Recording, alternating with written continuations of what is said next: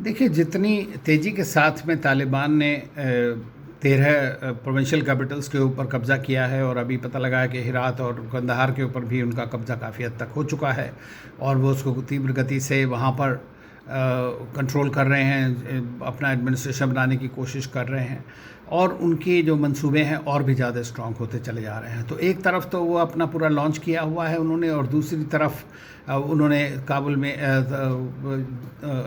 उन्होंने दोहा टॉक्स में भी बात की है, जहां पर सुना गया है कि अफ़गान गवर्नमेंट ने उनसे पावर शेयरिंग की बात करी है। लेकिन इस वक्त चूँकि तालिबान के मंसूबे बहुत स्ट्रॉन्ग हैं, तो वो अपनी टर्म्स पे बात करेंगे, और वो अपनी टर्म्स पे अपने लोगों को छुड़वाना चाहते हैं जेल से। जहाँ जहाँ उन्होंने कंट्रोल किया है वहाँ से सारे तालिबान सोल्जर्स जो भी जेलों में थे उनको ले लिया, सारा असला उन्होंने ले लिया। तो इस तरह से उनकी सपोर्ट पाकिस्तान के अलावा जो अमेरिकन असला पड़ा हुआ था वो सब उनको इस्तेमाल करने के लिए मिल रहा है, और उनके जो लोग सोल्जर्स कहिए या जो उनके तालिबान के मुजाहिदीन हैं, वो सारे जो जेलों में थे वो सब मिल गए उनको काफ़ी सारे, और जो बचे हुए हैं वो काबुल में हैं।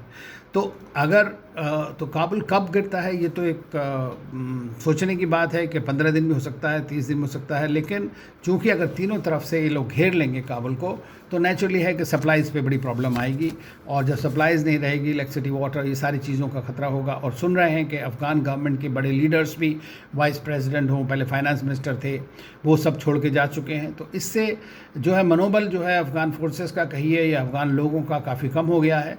तो अगर अफ़गान लोग जो सतह से उठ के तालिबान का मुकाबला करेंगे तो बात दूसरी है, लेकिन अफ़गान फोर्सेस को उसको हरा पाना मुझे लगता नहीं, अभी मुश्किल है।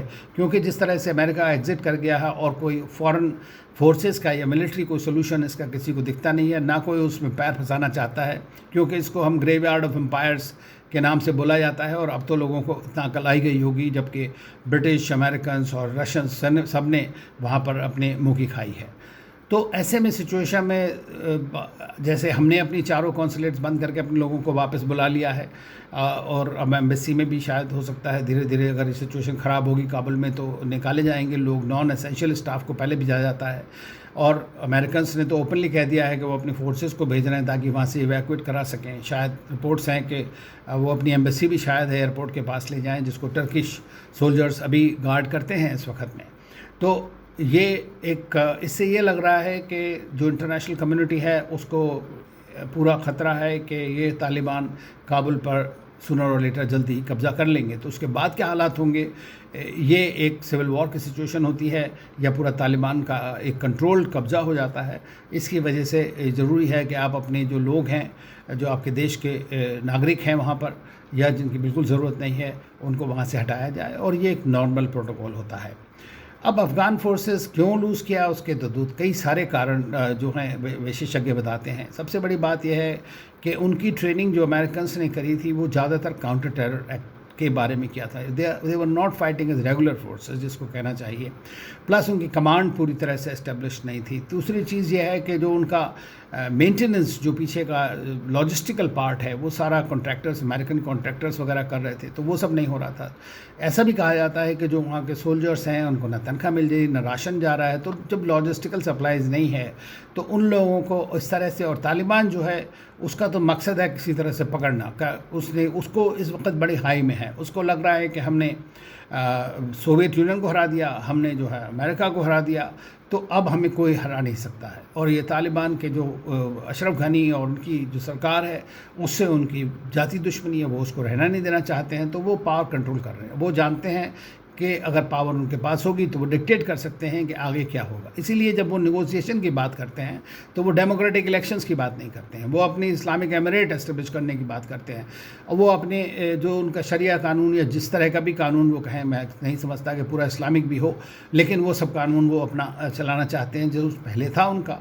लेकिन इस बार तालिबान ने सबसे बड़ी बात खूबी है निभाई है कि उनका जो सोशल मीडिया कैंपेन है, उनका जो प्रोजेक्शन है, वो गवर्नमेंट के कंपैरिजन में बहुत ज़्यादा बेहतर रहा है।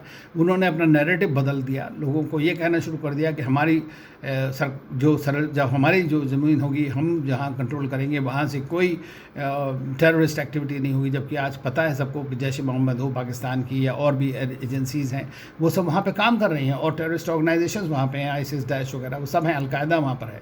तो ये इस बात को हम कब तक विश्वास कर सकते हैं, ये तो समय ही बताएगा। इस बारे में कोई कह नहीं सकता। रही बात पाकिस्तान की, तो ये तो सबको पता है कि जब सोवियत यूनियन का इन्वेजन हुआ था अफ़गानिस्तान का, तो उसके बाद में अमेरिका ने पाकिस्तान और सऊदी अरेबिया और इन सब कंट्रीज़ की हेल्प से एक मुजाहिदीन की फ़ोर्स खड़ा की थी, जो बाद में कन्वर्ट होकर के आपका तालिबान के रूप में निभाई, और उन्होंने जो है 1996 से 2001 तक रूल किया वहाँ पे। लेकिन 9/11 होने के बाद में अमेरिका ने अटैक किया, जो 20 साल बाद अब वो वापस जा रहे हैं, और उन्होंने थोड़े बहुत टेररिस्ट को ज़रूर मारा है, ओसामा बिन लादेन को मिला करके।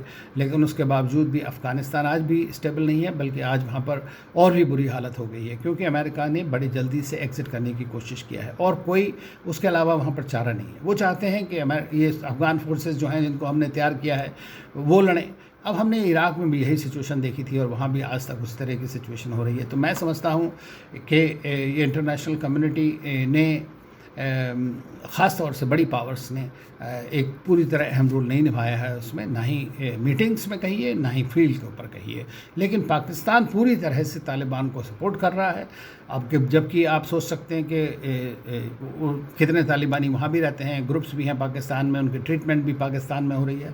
तो इसमें तो उनका है कि ये एक उनको एक हेफ्ट है, देखिए, और ये उनका एक निगोशिएटिंग टूल रहा है अफ़गानिस्तान और ख़ास तौर से तालिबान। वो इसलिए कि उसके चलते उन्होंने अमेरिका के साथ डिस्कशन रखी, उसको एंगेज रखा, उसके चलते रशिया को एंगेज रखा, उसके चलते चाइना को एंगेज रखा। तो पाकिस्तान की रेलिवेंस उनसे बनती है, इसलिए पाकिस्तान का रोल बहुत अहम है, और इसलिए उसको कम नहीं करने जाते। इसीलिए वो नहीं चाहते कि भारत किसी भी तरह से एक इन्फ्लुएंशियल पोजीशन में अफ़गानिस्तान में रहे, जो इससे पिछले 20 साल रहा है। क्योंकि भारत ने सारी जो वहाँ पर इंफ्रास्ट्रक्चर हो, कैपेसिटी बिल्डिंग हो, वहाँ पे हाई इम्पैक्ट प्रोजेक्ट्स हो, डैम हो, पार्लियामेंट बिल्डिंग हो, लोगों की ट्रेनिंग हो, उनको असला प्रोवाइड करना हो, खाना प्रोवाइड करना, उस सब में भारत ने बहुत मदद करी है, और ये सब दुनिया जानती है। और इसीलिए अफ़गान लोग भारत के साथ में बहुत खुश हैं इस बात से।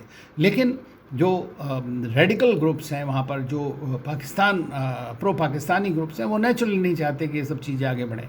और इसीलिए पाकिस्तान ने ऑफिशियल स्टेटमेंट भी कहा कि India has a little too much influence which it should not have, और it should not be on the table because it doesn't have borders with Afghanistan.